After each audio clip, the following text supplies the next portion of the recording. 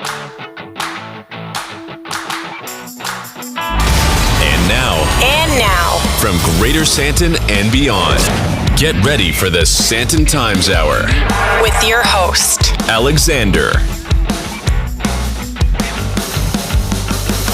Ladies and gentlemen, everyone in between and beyond, welcome to the Sandton Times Hour. It's edition 196. It's week 21 of 2025, and I'm Alexander Leibner. And a special welcome to you if you're listening for the very first time. We want to acknowledge your presence, as well as those who listen on a regular basis across the nation in Johannesburg and Pretoria, be it on air or online, across the country and across the globe. Wherever you are, I'm happy to report that all is well in Sandton land, and I'd also like to hear from you. If you would like to get in touch and send through your questions or comments or feedback, you can do so using the email address editor@sandtontimes.co.za. You can connect on social media at Sandton Times on your preferred social media platform. Hop onto the website www.sandtontimes.co.za, and of course use the WhatsApp line. It's an exclusive one to the Sandton Times. It's 084 Sandton. That's 084 726 3866, and feel free to send through your voice notes, text messages, and so much more. If you're part of the podcast community, or maybe you're not, well, make sure you subscribe to the Sandton Times Hour on Apple Podcasts, Spotify, Amazon Music, AfriPod's Podcast Party, and so many more. There's so many to choose from. Make sure that you like and share it as well. And Vincenzo, back behind the mixing desk. Good to see you again. Yes, I'm back from Paris. It was another extraordinary trip to another wonderful country, and so much to talk about and to share, and I'm looking forward to doing so with some insights, some tips, and maybe some inspirations for your next trip, and maybe your travel plans to France in the coming weeks. And it'll also be on the show and online, and so much to talk about. But we're not going to get into that right now. But what was a very interesting way of coming back to South Africa was coming off a 12-hour flight, walking straight into a 5-day water shutdown with repairs underway in Pretoria Avenue. What do you call that? Do you call that a welcome back baptism, but without the water?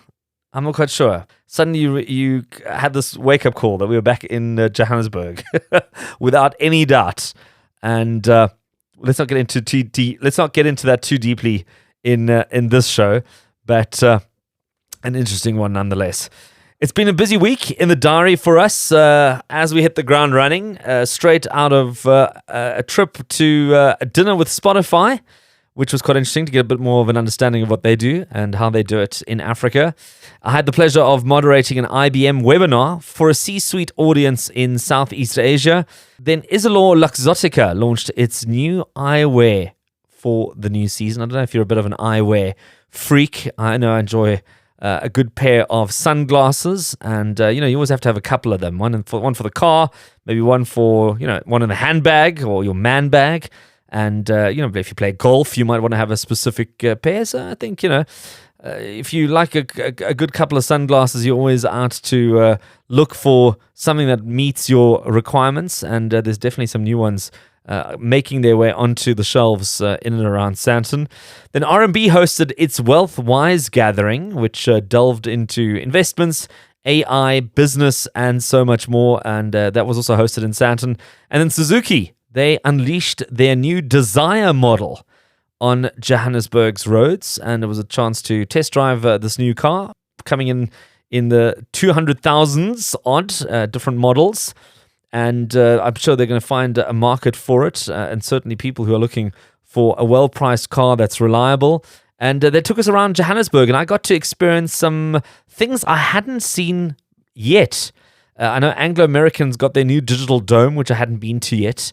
And that was quite cool. I still remember it being a planetarium. It's now a digital dome. It kind of does the same thing, just with a bit more technology, but fascinating. And they've done a bit of a refurbishment on that. And then I had lunch at a really fantastic restaurant at Constitution Hill. And I'm going to try and see if we can get the owner and operator of that restaurant onto the show, because I think it's such a great story. And you're always looking for things to take, especially visitors to Johannesburg and Sandton too, that's uniquely Joburgian or Santonian. Something that they wouldn't experience somewhere else in the country or even overseas. And this was really a good one. So I'm hoping we're going to get on quite soon. to chat about what she does. So, what are we talking about this week? What have we got lined up for a new show? Well, in a bit, I'll be finding out a bit more about Sandton's property landscape and if things are heading in the right direction. Sandton took a bit of a slump on the property side in terms of developments, in terms of residential and offices. But I'm getting this feeling that things are changing. There's a bit of a new direction that is coming into play. So stick around for this. Then we take a look at some of the latest movies and theatre releases for this week. So if you're looking for a bit of entertainment, stay listening for that. And finally, one of Joburg's beloved bakery brands is under new ownership. And you would never believe it, even if I told you. But I'm going to be catching up with the new team and bring you the latest on this development. All this and more coming up in the next hour. Show some love. Subscribe, share Leave a review and rating for the Sandton Times Hour. on your favorite podcast app now. You're listening to the Sandton Times Hour. So the Sandton Times Hour brings you the stories, trends, and insights shaping Johannesburg's northern suburbs. Whether you're looking to invest, relocate, or simply curious about where the property market is heading, we've got just the expert guiding us through it all this week. And joining me is Ash Müller of AskAsh, a seasoned property expert with a sharp eye on the ever-evolving real estate landscape in Greater Sandton and, of course, across South Africa. She joins me right now to take a look at the trends, infrastructure developments, and rental insights you might want to know about. And Ash Müller, welcome to the show. Thanks so much for having me. So, Ash, let's chat about Sandton. And it seems like there's been somewhat of a slump over the last couple of years, especially property-wise. I mean, whilst Johannesburg properties as a whole have obviously been down in general, are we seeing a little bit of an upturn in Sandton when it comes to demand? So the best way I can describe it is very, very small, very, very slow growing green shoots of recovery in parts of Sandton, which is really great because my heart always bleeds for Josie. I still think it's strongly the epicenter of African business today. So while many corporates and people and, just generally this mass movement to the coastal areas happens all the time, I still think that you've got this real financial hub going on in Joburg with these huge glossy towers and people tapping away inside them. And those people need a place to live, a place to wine and dine, and they're still there. So it's the investment. It's coming, and it's much better since COVID happened. Okay, well, that's good to hear. And I sort of agree with you in terms of the sentiments that it is quite hard to try and wipe a space away that has got a convention center, the stock exchange, or the biggest stock exchange on the African continent, all these banks, all these big corporates. There just has to be some sort of turnaround at some point. What are some of the significant developments on the cards for Sandton that you're sort of seeing, if there are any? I mean, the market's been slightly quieter post-COVID, but we're also seeing renewed activity with the developers exploring mixed-use concepts and green buildings and residential upgrades, which I think, so far as consumer tastes and preferences goes, there's huge demand for these mixed-use concepts that with a walkable kind of connected precinct, big mall culture in Joburg, but to make it safe so that once you're in the mall, going home, everything's kind of linked to your live, work, play kind of environment, also adhering to like a global city cosmopolitan standard. But one significant development that popped up, which hasn't popped up in this area for many years, is a joint venture by Tricult and Growth Point Properties, who are the biggest listed property fund in the country. Development is called Olympus, which launched on the 27th of February this year with 510 residential units. Also a mixed-use block with retail on the ground floor. Value is over 2 billion for the project. I was actually speaking with Jess, their marketing at Tricult, the other day, and she'd said that they've already hit over 1.3 billion in sales, which is just such a crazy thing to think about when it comes to Sandton, because these kind of skyscraper big developments, we always hear about them in Cape Town and doing so well and everyone's flocking there, but this is Joburg. The two towers that make up this Olympus development since launching have sold like a lot of units, hundreds. Yeah, I just think it's a fascinating development for the area, and there's penthouses that are price tags are running up into, one of them goes for 100 million. Yeah, we had the guys on, I think, a couple of shows ago, and I was also quite fascinated as to how this is doing. I mean, in the context of South Africa, how significant is this kind of interest in property like we're seeing with Olympus? So I think it's very significant because we know, when it comes to Africa, South Africa is kind of, one of the most developed countries on the continent. So that's why we attract all the other Africans and foreign investors specifically to South Africa. But then we look at Jozi, and I think it's a huge deal. It's a really significant development, both on the continent and both for the city. Now, for every Olympus, there's a handful of other developments that somehow, I don't know, have either disappeared or have gone quiet, or I don't know what's actually happened with them, to be quite honest. There's a couple like HQ, Sandton Platinum Residences, and then, of course, Kokoro Central, which was going to be on top of the Gautrain.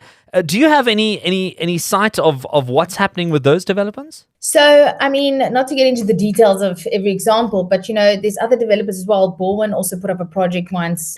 They put beautiful renders and hundreds of apartments and then also cancelled. And the reason being that they cancelled is they just felt that their market wasn't there for that sort of product. It wasn't their Baldwin buyer. But I mean, with all these other guys, it's kind of like, I always say you don't have to be in property to be a property developer. You get these guys who finance these projects and you think it's going to work, but you just maybe know nothing about the target market that's supposed to be investing in your development. So that falls flat. Or, it's just bad timing. A lot of real estate development marketing, and me myself, I'm a digital marketer by trade. I'm obsessed with X and LinkedIn. My handle is @AskAshBroker. And if you follow my stuff, I'm chatting about multiple developments at any given time. And I think a lot of it comes down to timing. You've probably got 2 to 6 months to really hit your development to the market with a bang. And if you don't really get the traction you need in that 6-month period, the development kind of dies down, you don't hit the numbers, then they just kind of pull the project. There's nobody's going to go full force developing something that nobody's going to want. Yeah.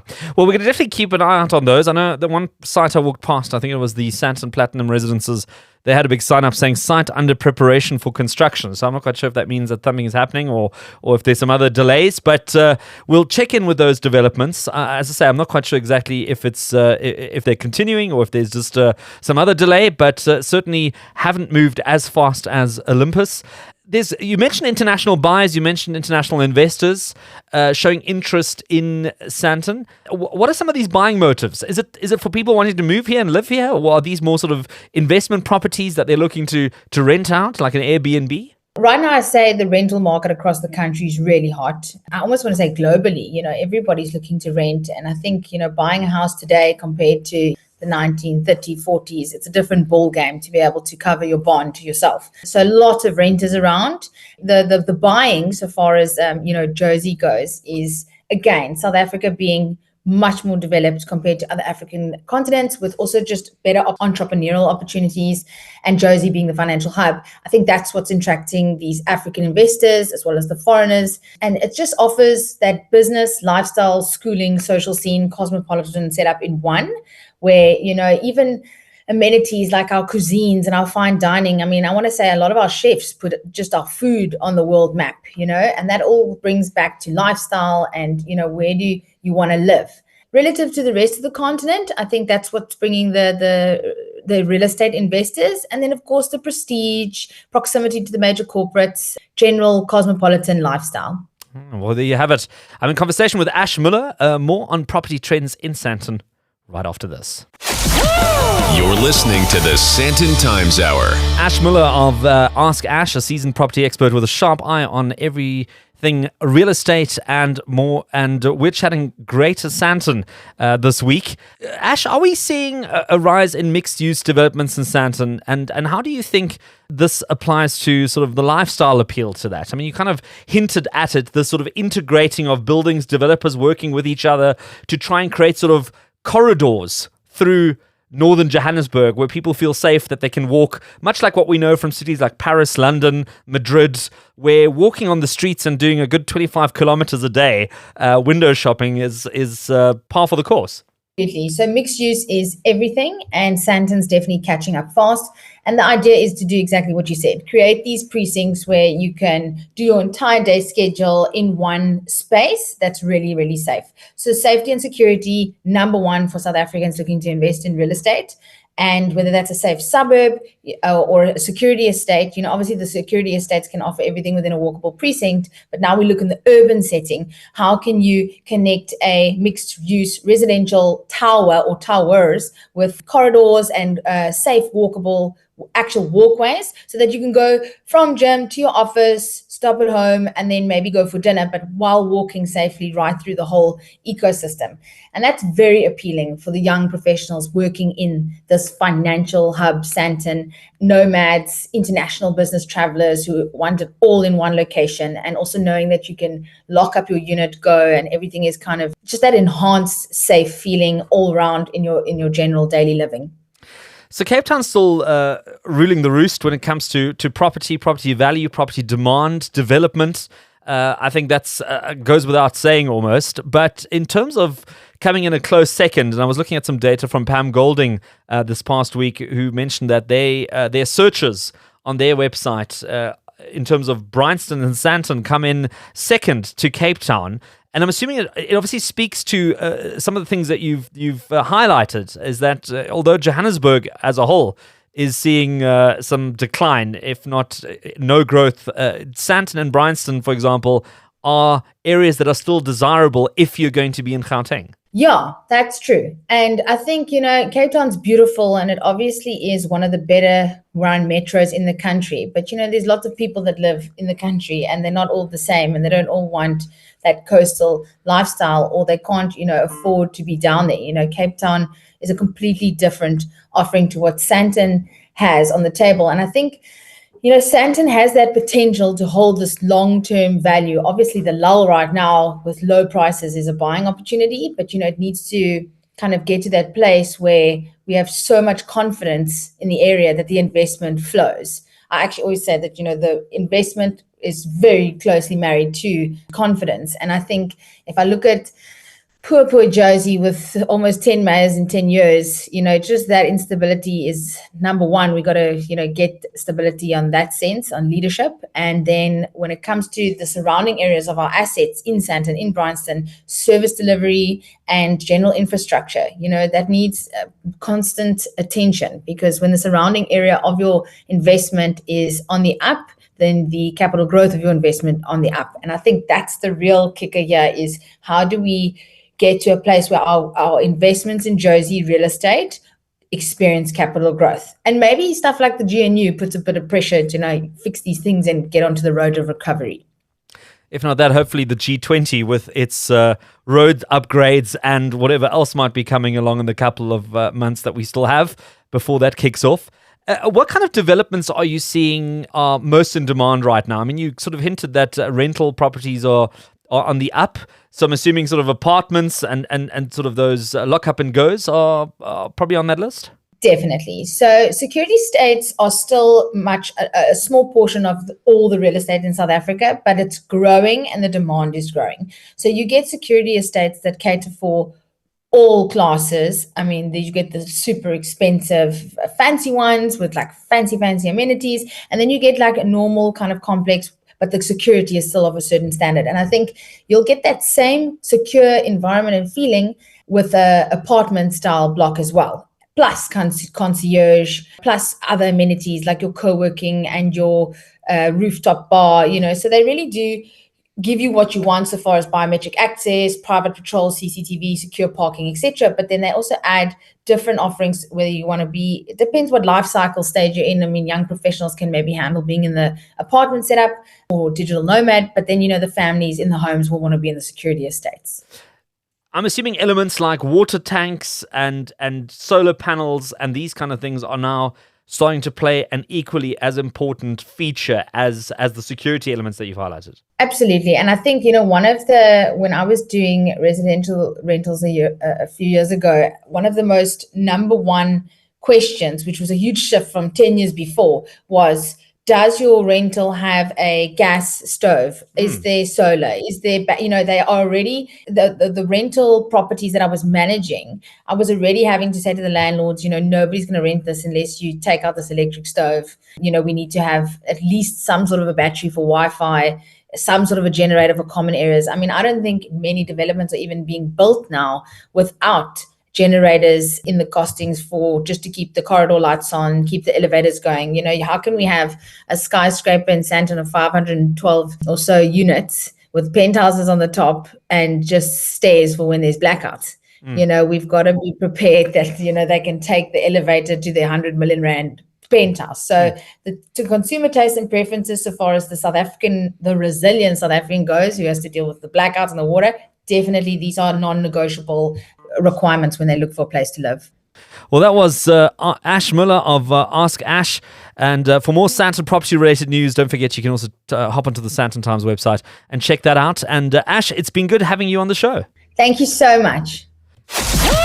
You're listening to the Sandton Times Hour. Taking you into the second half of the Sandton Times Hour, my name is Alexander Leipner, and if there's anything that you enjoyed on the show this week, it caught your attention, but you didn't get all the details, well, you can hop onto the website and check out the show notes for this edition, and the website is www.sandtontimes.co.za, and there you'll find some more information, details, further reading, links, and when we chat movies and all sorts, you also can watch the trailer if you want, so that's all there in the show notes, and of course you can also connect on the social media accounts at Sandton Times, whichever social media you prefer, and also use the WhatsApp line 084 Sandton, that's 084 726 3866, and use that to send through your voice notes, text messages, and whatever else you'd like. And right now, as we always do every single week, we connect with our entertainment commentator, Tat Wolfen. And Tat, it's good to have you back on the show. How are you doing, Alex? Tat, exceptional. How are things on your side? Well, I'm going to tell you something. I'm trying something revolutionary, okay? I'm going to try having a cup of tea during our segment today.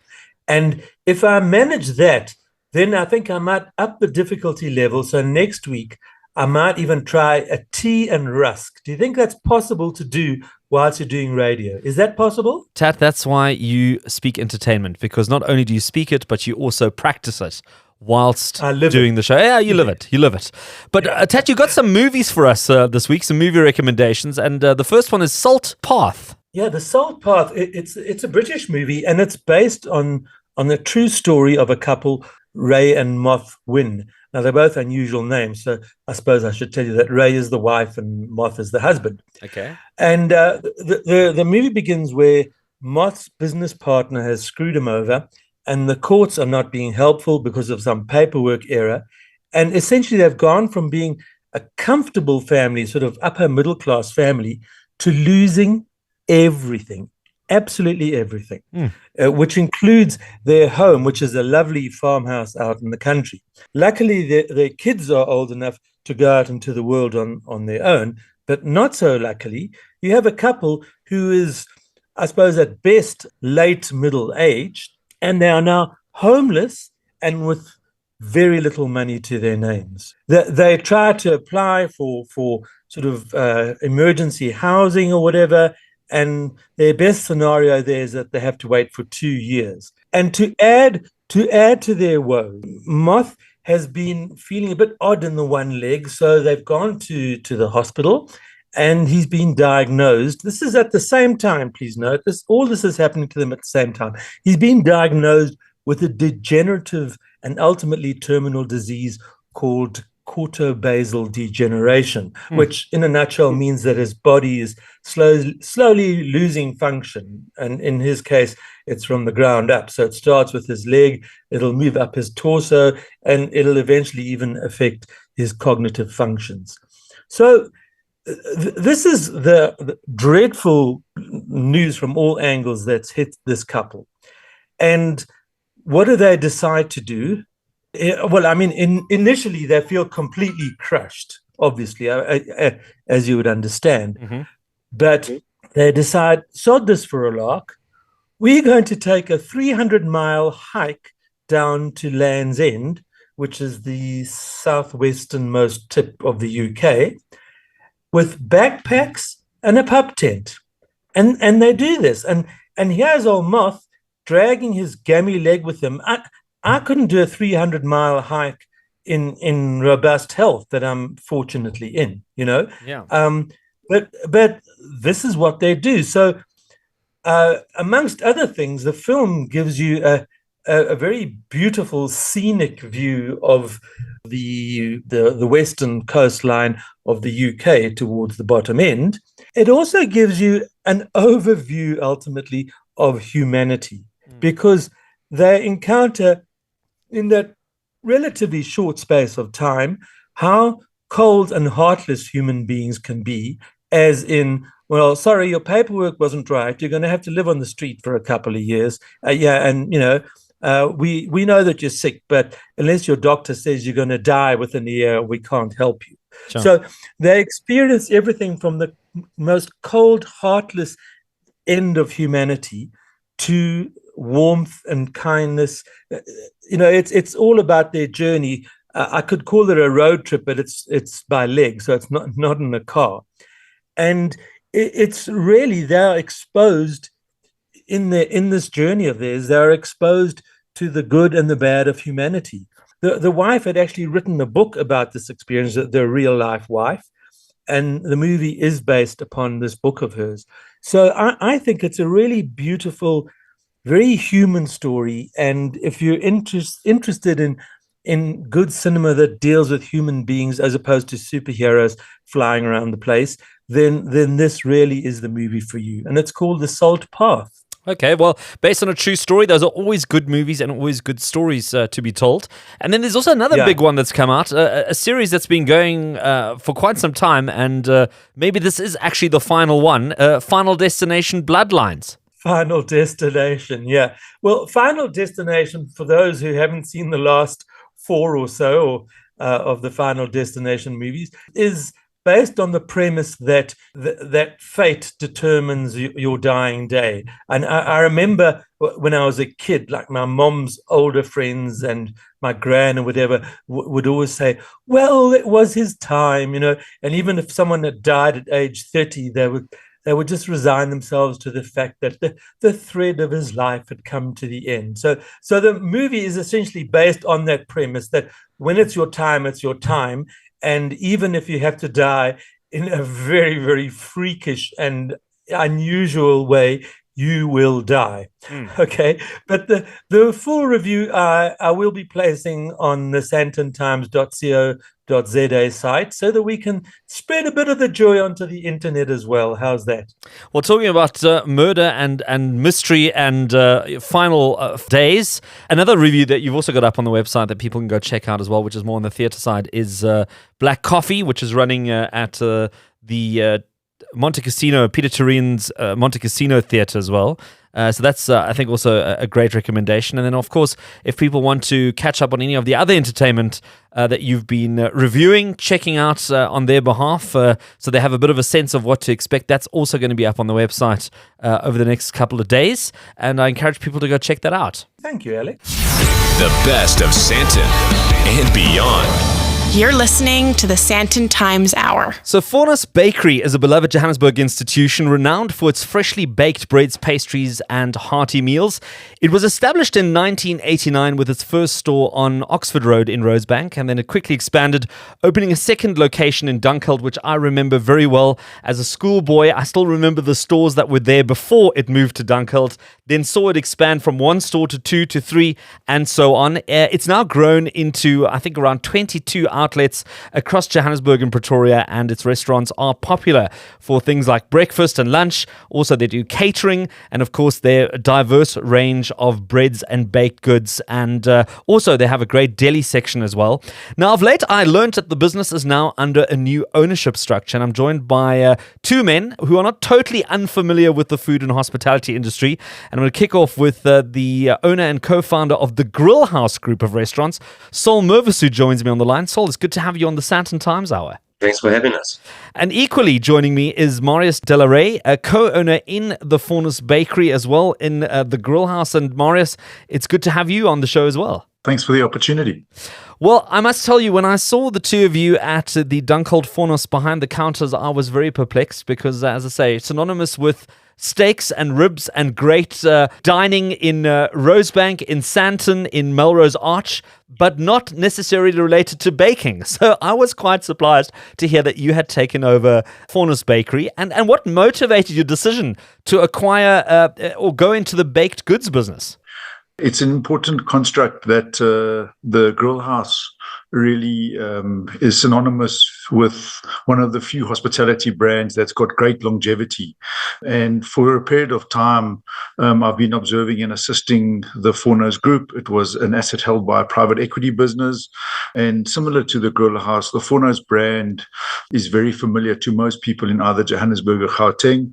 And Alex, just to correct you on the intro, there are only 12 stores, not 22 stores. In its heyday, there were 17 stores, and it's now cut back to 12. And so really, having been in partnership with Saul on a few ventures, most importantly, Grillhouse for a long period of time, we just felt that when we had the discussion that we felt that with a little bit of investment, time, passion, commitment, and energy, there were so many people that were there that were ready for a new reinvigorated bakery concept, and there were willing sellers and we were willing buyers. I think the big part about this is that I myself have got a history in business for a long time, and I've got a great appreciation for how hard it is to build a brand, and specifically to build something that people can associate quality with. And certainly the founders of Fournos did that, which is why in your intro you referred to a bakery brand that still at your young age you remember when you were very young. So it was a great opportunity for us, having partners like Saul and Peter who have the understanding of what it takes not to be one-hit wonders and to run a business that will make a success in 12 months, 24 months, 3 years, 4 years, 5 years, but have also run a business that have stood the test of time through COVID, good times, bad times, etc. I thought they were the perfect partners for this opportunity. And so myself, I left corporate to join them and hopefully to reinvigorate the brand. It's been a bit under strain for the last 3 or 4 years. I don't think there's any business that hasn't been under strain post-COVID. So the opportunity presented itself. I really married partners that have got success and a track record in running brands for a long period of time. And as you've well articulated in your intro, Fournos is another one of those brands. So just for me, it was a question of how I put the two things together. So yeah, fantastic opportunity, Alex. Well, a very interesting move, and I think also a very exciting one for you. You highlighted the unique identity that the brand already has, but as these acquisitions and as these sort of business expansions go, it's not just about keeping what's already there and kind of just letting it tick over. It's also about bringing in your unique influence and also maybe some of the secret sauce, if I can use that word, that you've had in the Grillhouse and bringing that influence into Fournos. How do you see that rolling out? I think it's interesting. I think it's been a really cool cross-pollination of the two businesses.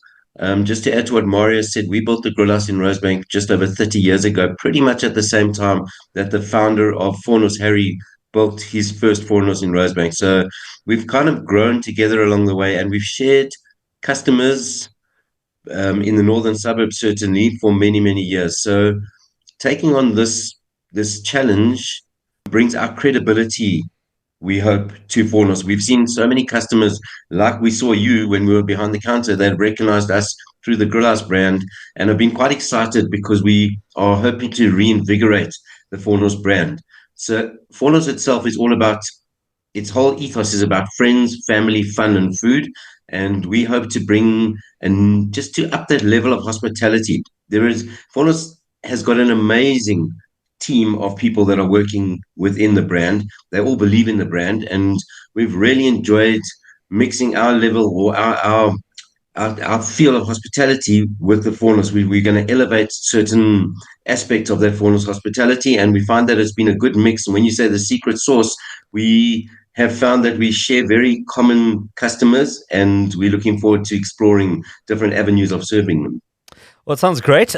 Based on what you've said, I'm assuming there's also going to be maybe some changes to the menu, maybe a bit of a redesign, a bit of a reshuffle on, I don't know, on the pastries or on the look and feel of the actual stores? So I personally am not a baker by profession, but I think the hospitality industry shares like certain secrets. So what we are doing is myself and Marius and Peter, our other partner, are traveling next week. Actually, we're going to a bakery convention in Düsseldorf, one of the biggest bakery conventions in the world.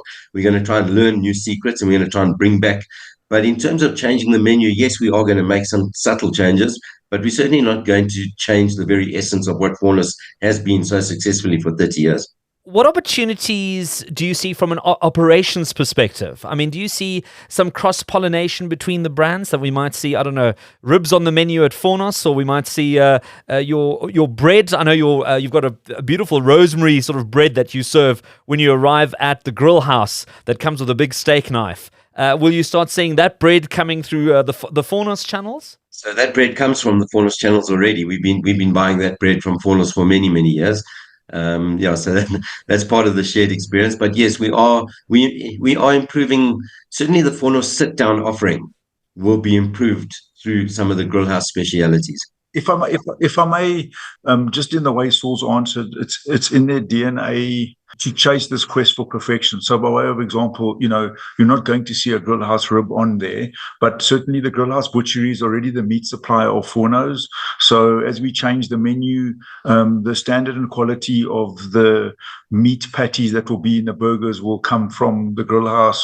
The people, if you came at any point in time to Dunkeld, you would find somewhere between 3 and 5 of the experienced people that work at the Grillhouse helping in some shape or form, whether it be in the central kitchen, whether it be in recipes, whether it be in tech and back office and operation generally.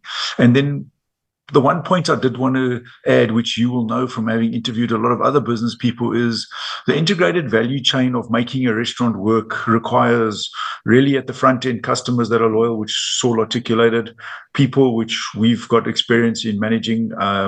In a previous life, I managed very large teams at a bank. And then most importantly, we partner with our suppliers. And I think to a large degree, the credibility of the people that have supplied the Grillhouse for so long over a extended period of time, those relationships will be extended into the Fournos group. And so together we hope to bring something to sort of broader South Africa. What we are excited about Fournos is we're not only intending to expand in the Gauteng area, we are looking to joint venture the business in places further than Johannesburg. So that's the Grillhouse influence may not be tangible to you as a customer, but you refer to a secret sauce. I think the work ethic and the culture of what a customer means and a loyal customer means will permeate through the system more than it already has. I mean, we're really banking on that ethos and that culture to make sure that we won. Fantastic. Had you been a fan of any particular baked goods or grilled chickens before you sort of took on the business? Is there anything that stands out to you, Marius, in terms of the offering? You just probably, and may not, and forgive me if I can't guess your age, but I mean, there's no question that for any student that was growing up in Gauteng, late night, you went to Fontana Chicken, and I mean, you couldn't leave what we used to refer to as a joel without going to grab Fontana Chicken. And every time I go into a Fournos and I grab those chickens, it just reinvigorates the experience that we had. Yeah, I mean, I think, and maybe Saul articulates it probably better than us, Alex, what is interesting for us is that every time people have heard that we've been involved in Fournos, nobody has sort of put their hands over that and said, oh my goodness, what are you talking about, right? There is just a general positive sentiment that runs through our society about Fournos, and that's the opportunity that we want to try and nurture. I mean, yes, you have a look, there has been underinvestment for a period of time in both the people, the product, et cetera. And as Saul said, it's that fine balance between a radical change now and new, and also making sure the stuff that people have loved for years just doesn't disappear. So yeah. I mean, I think the chicken, and then just when you buy something that comes freshly out of an oven, it's quite hard to beat. I couldn't agree with you more, and that is the temptation that you find at Fournos Bakery when you do walk past or even drive past sometimes. And Marius de Larey, a co-owner in Fournos Bakery, as well as Saul Mervis, also involved now in Fournos Bakery, but formerly with the Grillhouse Group. I think it's an interesting marriage, an exciting marriage, I think, for a lot of people who've been supporting both brands, or one or the other. And I wish you all the best with this new venture, and it's been an absolute pleasure having you on the Sandton Times Hour. Thank you. Thanks for the opportunity. Hope to see you in the store soon, Alex. I'm sure you will. Thank you so much. And with that, it's all we have time for on this week's show on the Sandton Times Hour. As always, available on a good podcast near you on Apple, Amazon, Spotify, and so many other leading digital audio platforms. Make sure you subscribe and share that. Feel free to send through your questions or comments or feedback on one of the many channels you can choose. You can email editor@sandtontimes.co.za. You can follow the Sandton Times on social media @Sandton Times, or hop onto the website www.sandtontimes.co.za, and of course use the exclusive WhatsApp line 084 Sandton. That's 084 726 3866, and feel free to send through your voice notes, text messages, and media. Thank you to all my guests who made the time to be on the show this week, as well as the team behind the scenes who pulls it all together and makes sure that the show happens every single week. And of course, thank you to you for listening, and God willing, we'll do it all again next week.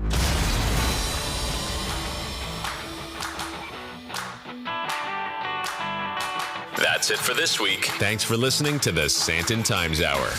And if you enjoyed it, be sure to share it.